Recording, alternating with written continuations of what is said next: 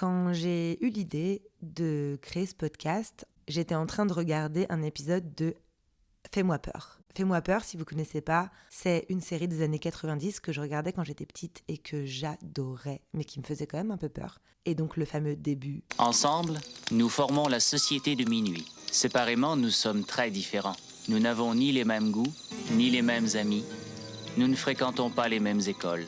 La seule chose que nous ayons en commun, c'est notre fascination pour l'étrange. Je me suis dit, ce serait génial de faire un podcast qui s'appelle La Société de Minuit, sauf que à la place que ce soit des enfants qui se racontent des histoires pour se faire peur autour d'un feu, ce serait des vraies histoires, des personnes qui les ont vécues, qui eux-mêmes vont nous les raconter. Et en ayant l'idée de ce podcast, je me suis dit, créer une communauté autour des expériences paranormales qui nous rassemblent tous, ça pourrait aider certaines personnes à en parler, ça pourrait rassurer les gens qui vivent des choses et qui pensent être seul ou être fou.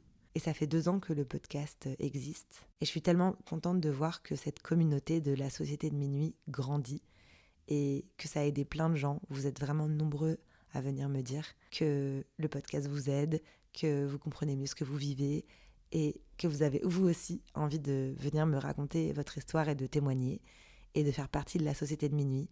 Alors vraiment, merci beaucoup. Je suis vraiment contente de voir comment les choses ont tourné depuis que j'ai eu cette idée.